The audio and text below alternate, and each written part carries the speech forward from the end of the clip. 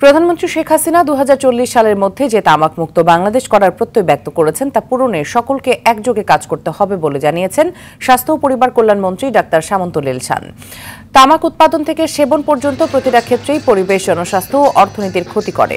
তাই এর নিয়ন্ত্রণে সব শ্রেণী পেশার মানুষকে তামাকের বিরুদ্ধে সামাজিক আন্দোলনে শামিল হবার আহ্বান জানান মন্ত্রী।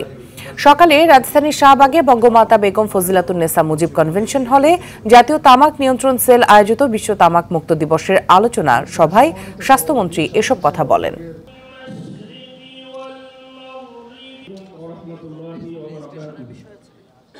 প্রধানমন্ত্রী জননেত্রী শেখ হাসিনা 2016 সালে ঢাকায় অনুষ্ঠিত সাউথ এশিয়ান স্পিকারে সামিটে 2040 সালের মধ্যে বাংলাদেশকে তামাক মুক্ত করার অভিপ্রায় ব্যক্ত করেছে।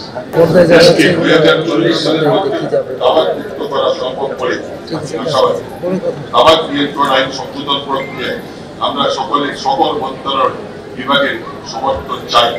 একই সঙ্গে গণমাধ্যম, পেশাজীবী সংগঠন সহ সর্বস্তরের মানুষের সহযোগিতা ও সমর্থন কামনা করি।